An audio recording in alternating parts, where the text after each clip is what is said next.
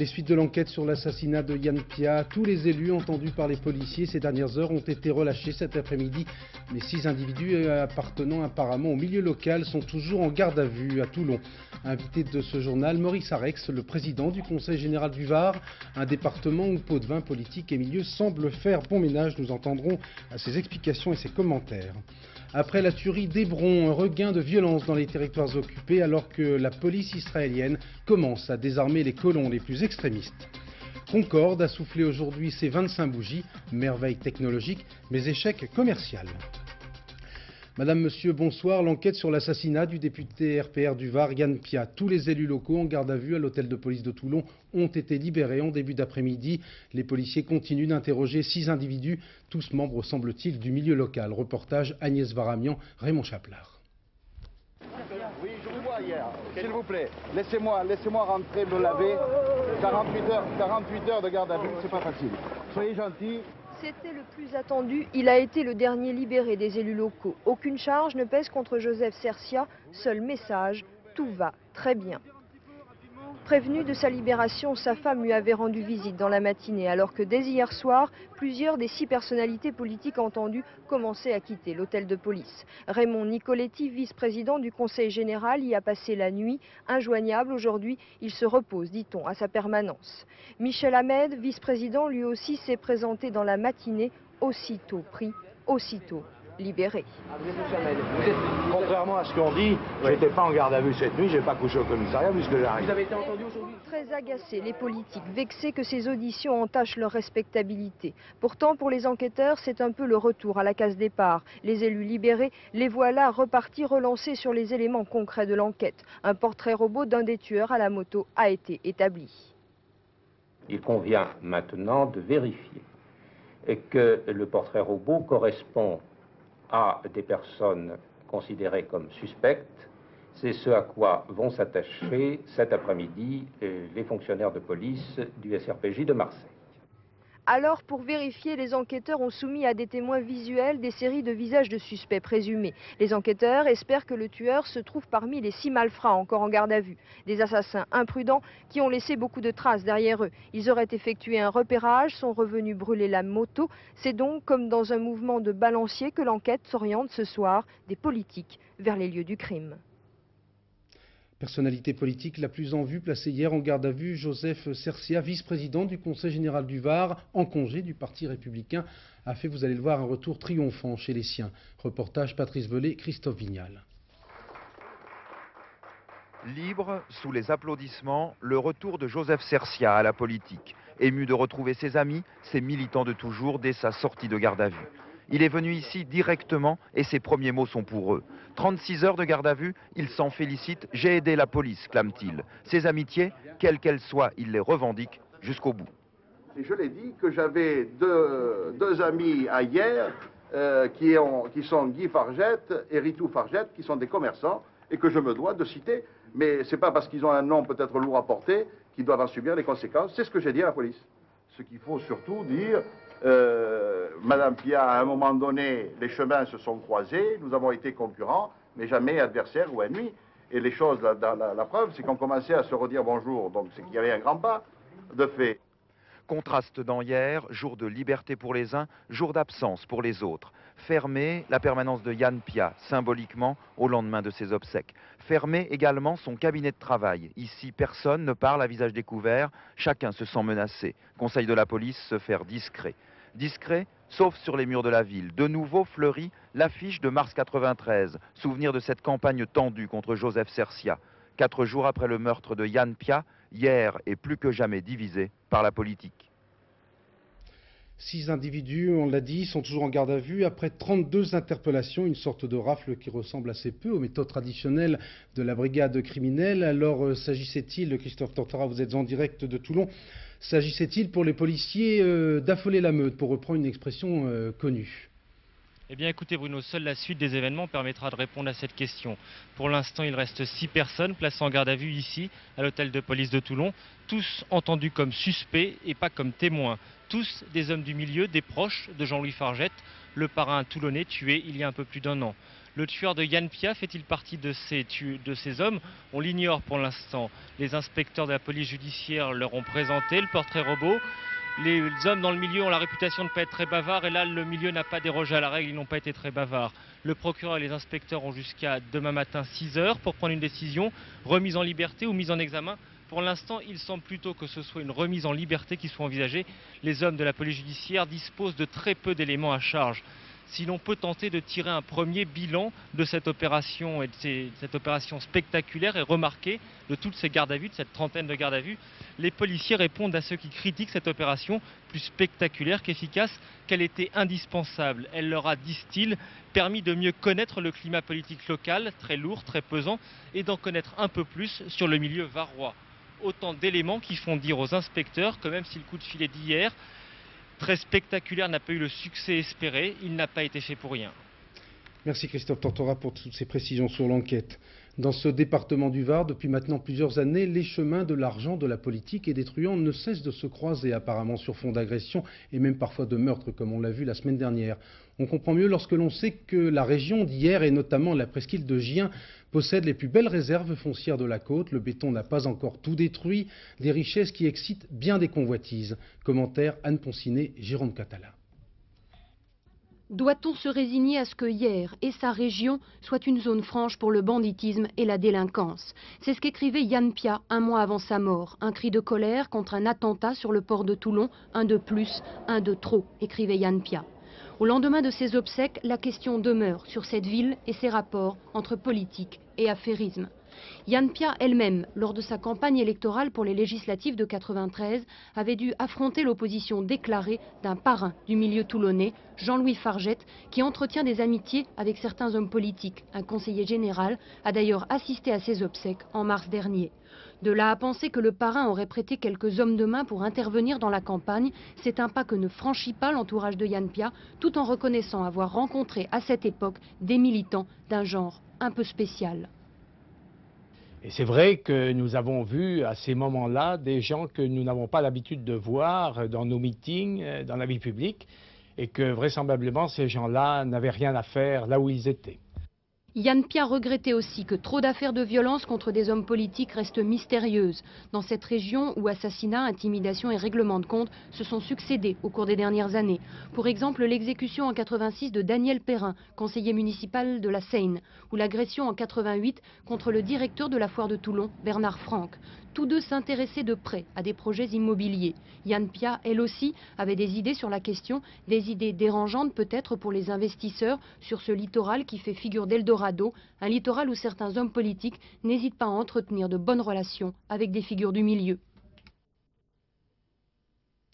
Avec nous, je vous disais en titre, Maurice Arex, merci monsieur d'avoir répondu à notre invitation, ancien député maire de Toulon, président du Conseil général, vous êtes sénateur et patron tout-puissant de ce département du Var depuis de nombreuses années. Vous connaissez très très bien la situation locale.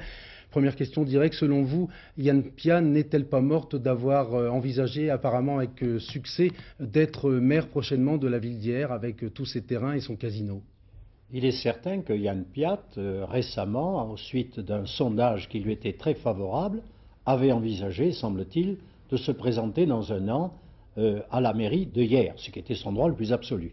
Je rappelle que j'entretenais avec elle des rapports extrêmement amicaux, non seulement parce qu'on était souvent dans l'avion vers Paris ensemble, mais aussi par le fait que je vais confier, vous le savez, une mission importante concernant le problème de la drogue, la lutte contre la drogue et contre, tous ceux qui, étant fragiles, y ont succombé. Et elle avait fait un rapport tout à fait valable et je dois dire qu'elle m'avait surpris par sa vitalité et l'efficacité de son action. On dit aussi que c'est une femme très très indépendante et qui n'était pas toujours favorable à la façon que vous avez de gérer ce gouvernement, de ce département. Ah ça, je crois très sincèrement, M. Bournu-Mazère, qu'on ne peut pas le dire. D'abord parce on travaillait ensemble, la main dans la main. Alors ce n'est pas le moment de s'attaquer. Non. Ce qu'elle n'était pas d'accord, vraisemblablement, c'est peut-être sur le problème de la ville qu'elle convoitait. Et vous l'avez dit vous-même, il y avait des problèmes sur lesquels elle n'avait pas le même point de vue, semble-t-il, que la municipalité, où, je dois dire, je ne connais pas les décisions qu'elle comptait prendre dans le domaine qui a été évoqué, mais c'est vrai que Hyères est une ville qui a beaucoup d'avenir. Est-ce que vous comprenez que les policiers aient éprouvé le besoin d'interroger Joseph Cercia? Je comprends parfaitement que les policiers, et je dois dire, je remercie mon ami Charles Pasqua de nous avoir envoyé des policiers de très grande qualité et qui sont décidés à faire la lumière le plus vite possible. Je suis persuadé que dans cette affaire, ils ont voulu savoir comment fonctionnait un département et comment les investissements du département étaient donnés, avec des garanties telles que tout le monde a été libéré, comme vous l'avez vu, et je m'en réjouis. Mais je n'en doutais pas. On va y revenir. Par contre, on l'a répété, Christophe Tortora vient de nous le rappeler, sont toujours entendus en garde à vue à Toulon 6 individus, comme on dit, très proches de Jean-Louis Fargette, qui étaient considérés comme le caïd, en quelque sorte, du département, qui a été abattu en Italie en 1993. Vous étiez très proche de lui tout de même. Est-ce que c'est normal quand on est maire d'une grande ville, quand on était maire d'une grande ville et qu'on est président du conseil général d'un grand département, d'afficher aussi facilement son amitié avec quelqu'un qui n'était qu'un truand? Écoutez, s'il y avait quelque chose de trouble, je ne me serais pas affiché, justement. Monsieur Fargette, il se trouve tout à fait d'une façon extraordinaire que j'ai été amené à lui rendre un service en lui donnant un témoignage que j'ai rendu à tout le monde. Il m'en avait une grande reconnaissance. Et depuis 15 ans, parce que ça fait 15 ans, depuis 15 ans, sans arrêt, on me remet cette affaire sur le dos. Bon, et je dis simplement, est-ce qu'une seule fois, dans un seul domaine, on a pu trouver que j'avais facilité l'action de M. Fargette dans sa vie tumultueuse et condamnable? Pas du tout. Par contre, un gars qui a des affaires sur Toulon, je suis le maire de Toulon, qui a priori a empêché sans doute des conflits qui nous venaient des villes voisines, je dois dire que j'entretenais avec lui en effet des relations, d'autant plus que sa famille est connue, elle habitait La Valette. J'ai joué rue, son frère est pompier, un autre tient un café. Bon, quand les gens circulent librement dans une ville, j'ai l'impression qu'on peut les rencontrer sans être soupçonnés d'être dans la mafia. Monsieur Arex, selon vous, pour autant qu'on puisse le savoir, est-ce que le meurtre de Yann Pia est en quelque sorte une vengeance posthume justement de Jean-Louis Fargette et donc de ses amis? Écoutez, véritablement, moi personnellement, je l'avais vu il n'y a pas longtemps, même très près de son décès, malheureusement, de cette catastrophe qui nous a bouleversés, inutile de vous le dire. Eh bien, elle ne me semblait pas affolée du tout. Bon, elle ne m'a pas parlé d'hier, ni d'ailleurs de son intention de se présenter à la mairie de la Seine, ni même qu'elle se sentait menacée. Elle l'a dit, paraît-il, à ses proches. À moi, elle ne m'a rien dit alors que nous étions très amis.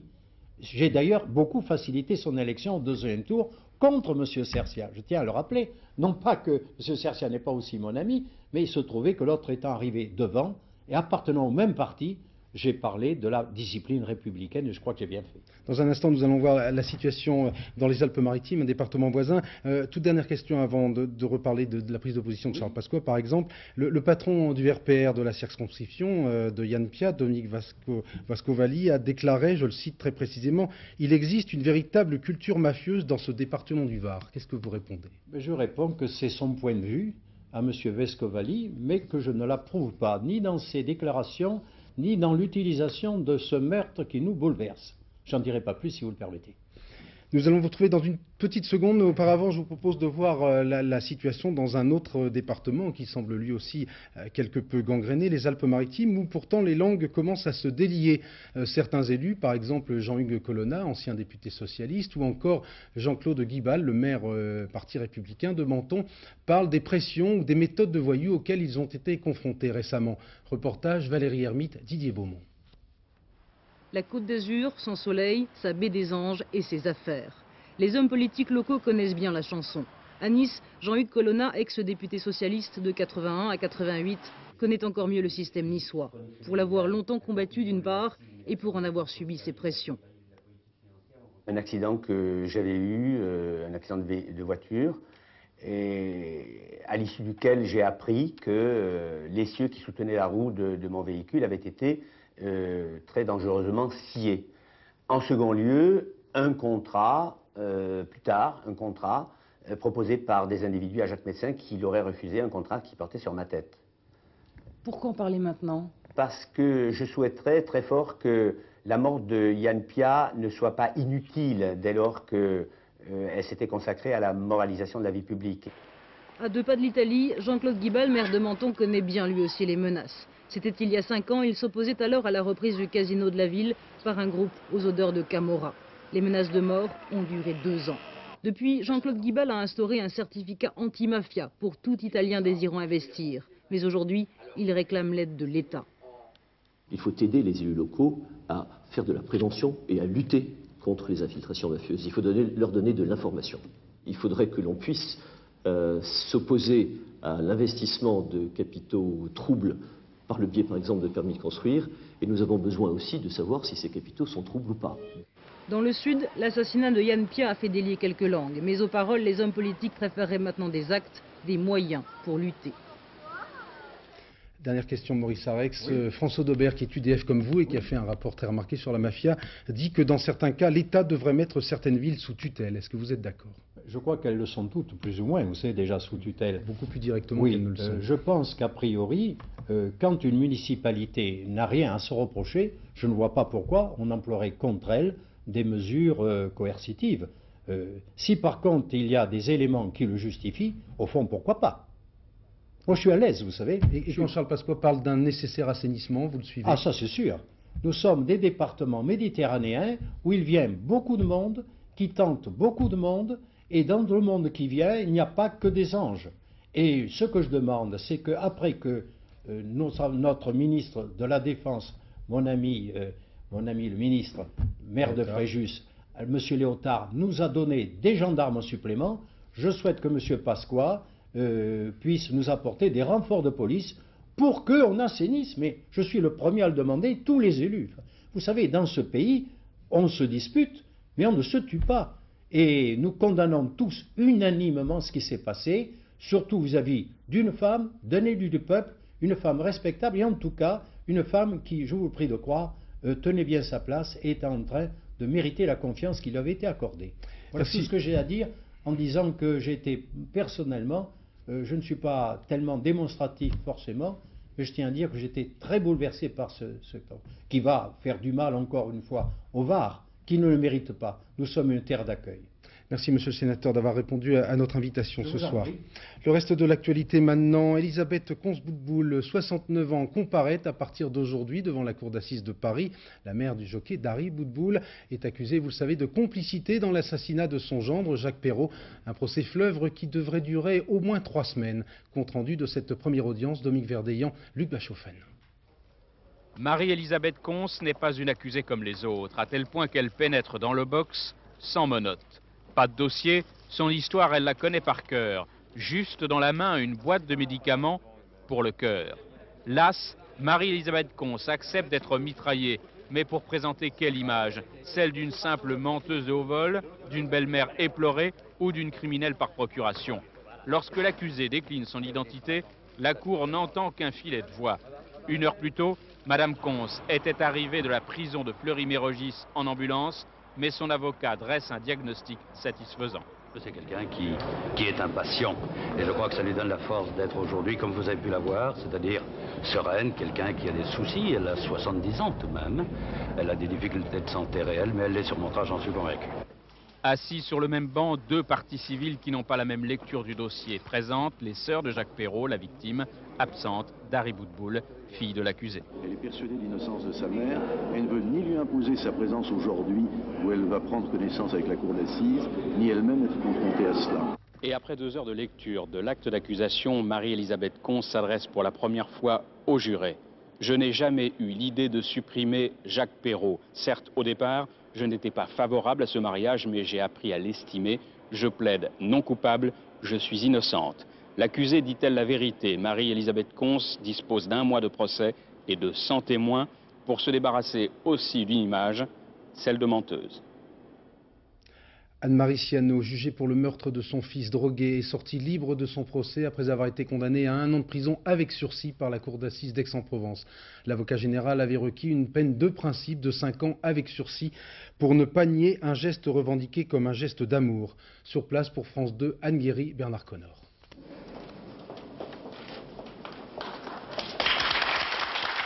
Ils l'ont tant attendu pendant 2 jours et ils l'applaudissent. Des anonymes venus là pour soutenir Anne-Marie Ciano, cette mère qu'ils ont entendue dans une douloureuse confession, elle qui désormais n'a plus les mots. pour dire sa souffrance. Je ne peux pas, aujourd'hui je suis fatiguée. Bon, c'est bon, t'es gentil. Anne-Marie Ciano, condamnée mais libre. 1 an de prison avec sursis, la Cour n'a donc pas suivi les réquisitions de l'avocat général qui demandait une peine de 5 ans de réclusion avec sursis. Une peine, disait-il, parce qu'aucune mère ne peut s'octroyer le droit de mettre un terme à la vie de son enfant, fût-ce par amour. Cet amour d'Anne-Marie Ciano pour son fils, si passionné, si exclusif, un jour souillé par la drogue, l'héroïne. On a le sentiment que cette famille ont été broyés parce qu'ils étaient seuls, parce qu'ils n'ont pas réussi à trouver les portes auxquelles il fallait frapper pour sortir de ce drame. Drame de l'impuissance, de la solitude face à la drogue. Pour les jurés, il y eut 2 victimes, Dominique Ciano et sa mère. Les jurés n'ont donc pas acquitté Anne-Marie Ciano comme le leur avait demandé son avocat. Un acquittement, disait-il, pour lui tendre la main, la ramener à la société. Mais le président a précisé que l'accusé a été condamné à la peine la plus basse, une condamnation pour le principe. À tous ceux qui dans la salle manifestaient leur soulagement en applaudissant, le président a rappelé que désormais l'heure devait être à la sérénité et qu'il ne faudrait jamais oublier que le 17 juin 1990, un garçon a été tué. C'était le jour de la fête des pères, un fils tué par sa mère. Le ministre de l'Éducation, François Bayrou, a annoncé aujourd'hui les dates du calendrier scolaire 94-95. Vous trouverez les détails dans votre quotidien préféré. Seul changement important, les départs en vacances s'effectueront le 24 juin pour les lycéens en toute zone et le 29 juin pour les élèves du primaire et les collégiens également dans toutes les zones. Le ministre a également annoncé la création de 2500 postes supplémentaires pour la prochaine rentrée. Précision avec Patrick Reslob. 16 janvier dernier, les partenaires de l'enseignement public sont dans la rue. Ils demandent plus de moyens, plus de personnel. Réponse du berger à la bergère. Aujourd'hui, François Bayrou part au plus pressé. Il veut rassurer. La rentrée prochaine se passera dans de meilleures conditions. Il débloque, hors budget 94, 2550 postes d'enseignants du primaire et du secondaire, des professeurs du technique, assistantes sociales, infirmières, bref, un meilleur encadrement. Alors que le nombre des élèves baisse lentement, mais il baisse, dans le premier degré en particulier, nous augmentons légèrement le nombre des enseignants, de manière à ce que l'encadrement soit mieux assuré, que l'accueil soit mieux assuré dans les zones sensibles, le monde rural et les quartiers en difficulté.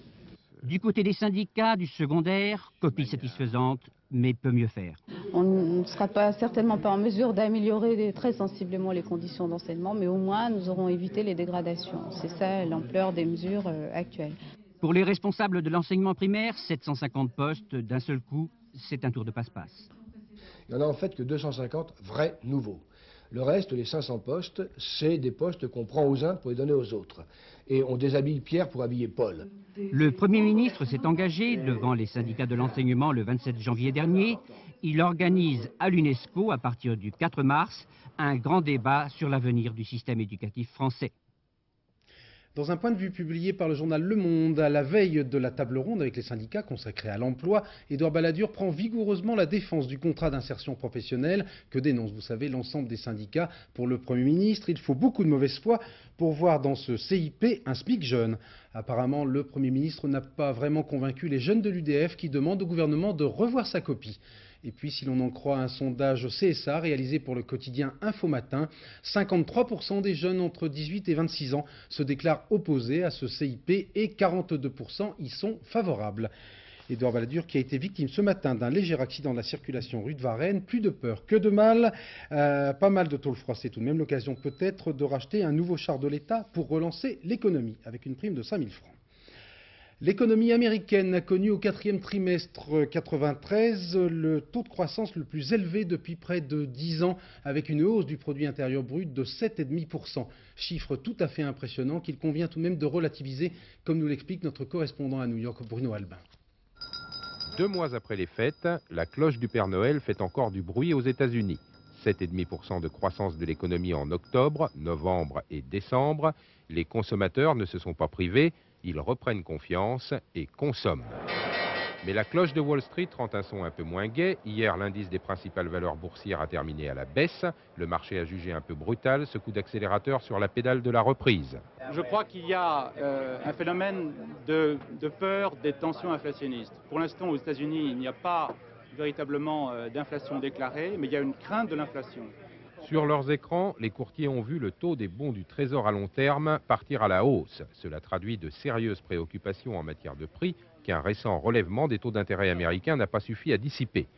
D'autres considèrent que les conséquences des rigueurs de l'hiver et celles du tremblement de terre de Los Angeles ramèneront fort à propos la croissance de l'économie vers un taux raisonnable de 3%, suffisant pour confirmer la reprise. Les efforts de productivité qui ont été faits par les entreprises américaines au cours des 3 dernières années portent maintenant leurs fruits. Ça se traduit par une flambée des exportations. Et on pense aussi qu'il y aura de nombreux autres phénomènes qui viendront conforter cette situation. La bourse a des doutes, mais la Maison-Blanche a le sourire. Bill Clinton se dit encouragé. Il est vrai que l'économie américaine n'a jamais aussi bien marché depuis 1984 et un certain Ronald Reagan.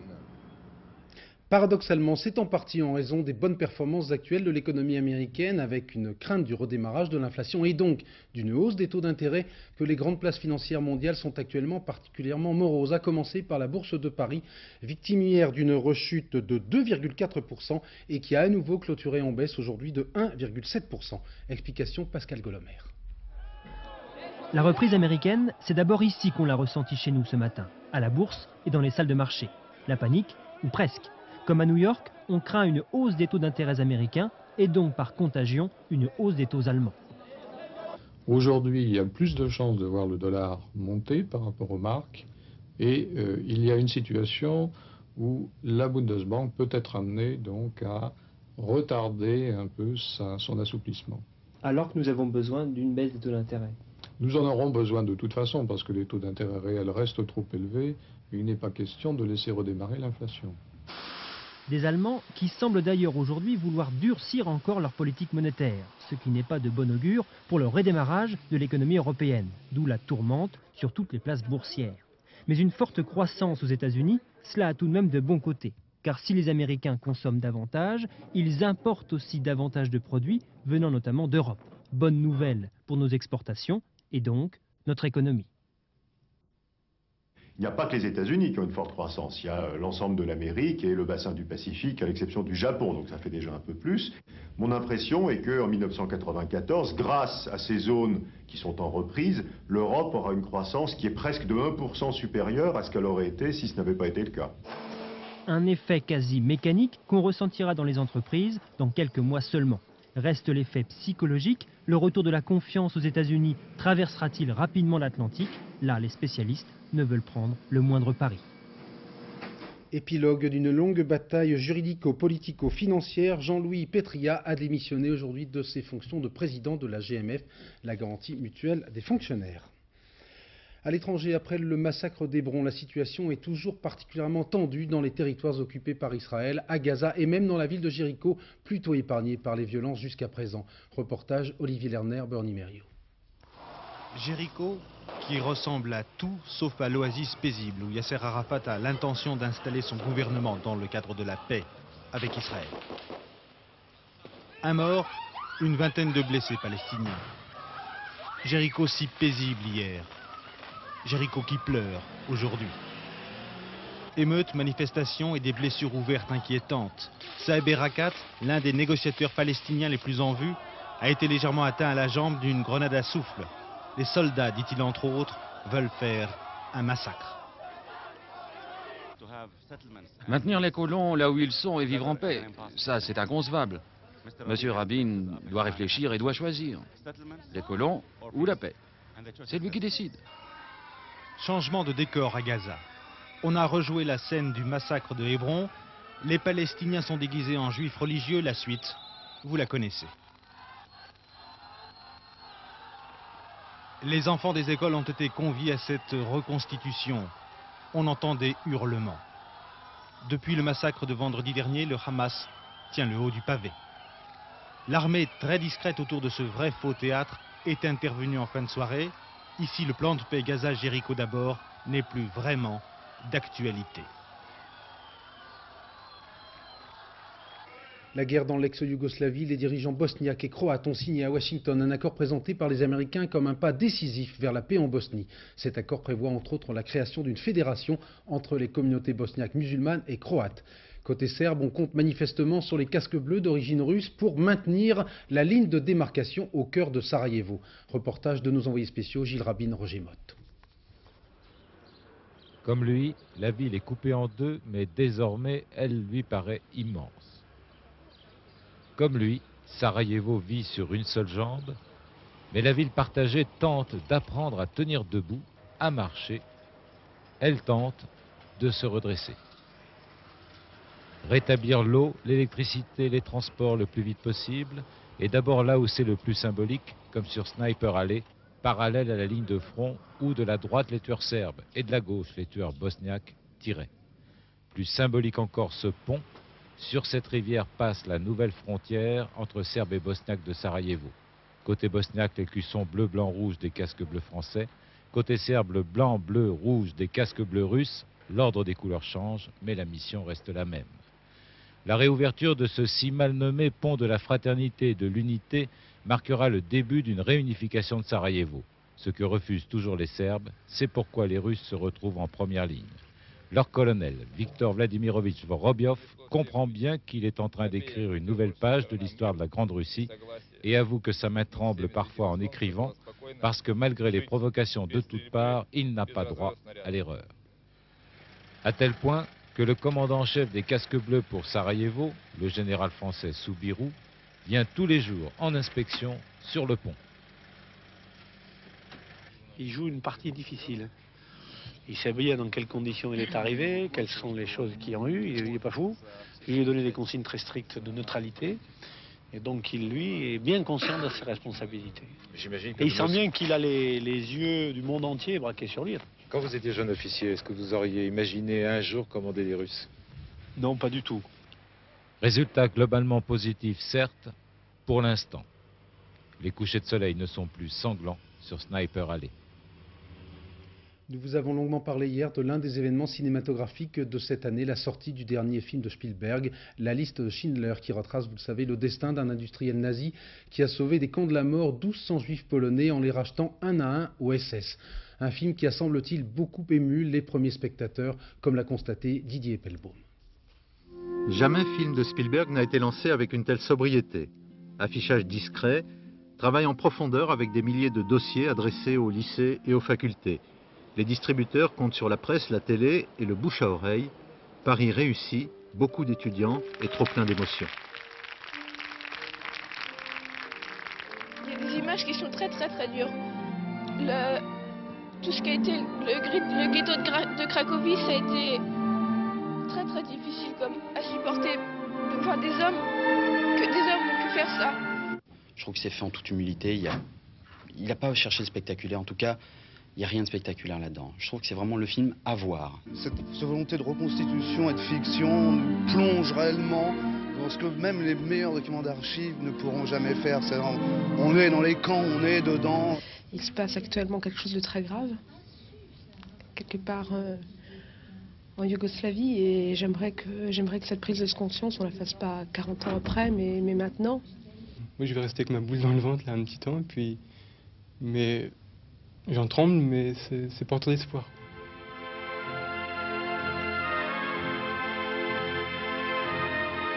Pour les gens de ma génération, ça me fait cette impression-là. Je me dis, mais j'aurais peut-être pu sauver des vies aussi. En faisant quoi? Je sais pas. Spielberg a donc su déclencher la réflexion par l'émotion et le public suit. Cet après-midi, la fréquentation était déjà très au-dessus de la moyenne. Ce soir, on fait ça le comble. Aujourd'hui, 2 mars 1994, bon anniversaire au Maroc, 38 années d'indépendance, à la Rhodésie, indépendante depuis 24 ans, et au supersonique Concorde, qui effectuait son premier vol de 27 minutes, très exactement, il y a exactement 25 ans, à Toulouse, sur l'aéroport de Blagnac. Dans les années 60, on prévoyait au départ de construire 200 Concorde. Aujourd'hui, 12 seulement de ces appareils sont en service. Depuis leur mise en service sur la ligne Paris-Rio, en janvier 1976, les Concorde d'Air France ont transporté plus d'1 million de passagers et parcouru plus de 104 millions de kilomètres. Je vous signale qu'Air France propose actuellement une promotion à 30 890 francs pour le Paris-New York aller-retour. Profitez-en si vous avez les moyens. Pour terminer ce journal, de bien belles images que l'on ne verra plus souvent et même plus du tout, celles du couple mythique du patinage artistique Jane Torvill et Christopher Dean qui ont annoncé aujourd'hui leur retraite sportive. Ce couple anglais, champion olympique à Sarajevo, médaille de bronze de danse sur glace à Lillehammer, avait enthousiasmé le public et les téléspectateurs des Jeux.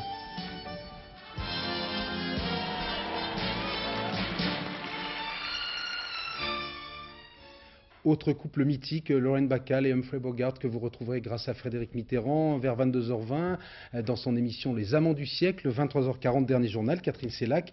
Demain pour les 4 vérités, à 7h50, Gérard Leclerc recevra mon confrère Antoine Casubolo, journaliste à VSD, pour son livre consacré à l'affaire Valenciennes-OM. Dans quelques secondes, la météo en compagnie de Sophie Davant, température de plus en plus douce et amélioration du temps en perspective pour vendredi et samedi. Nous verrons bien. Excellente soirée, à demain 20h, merci.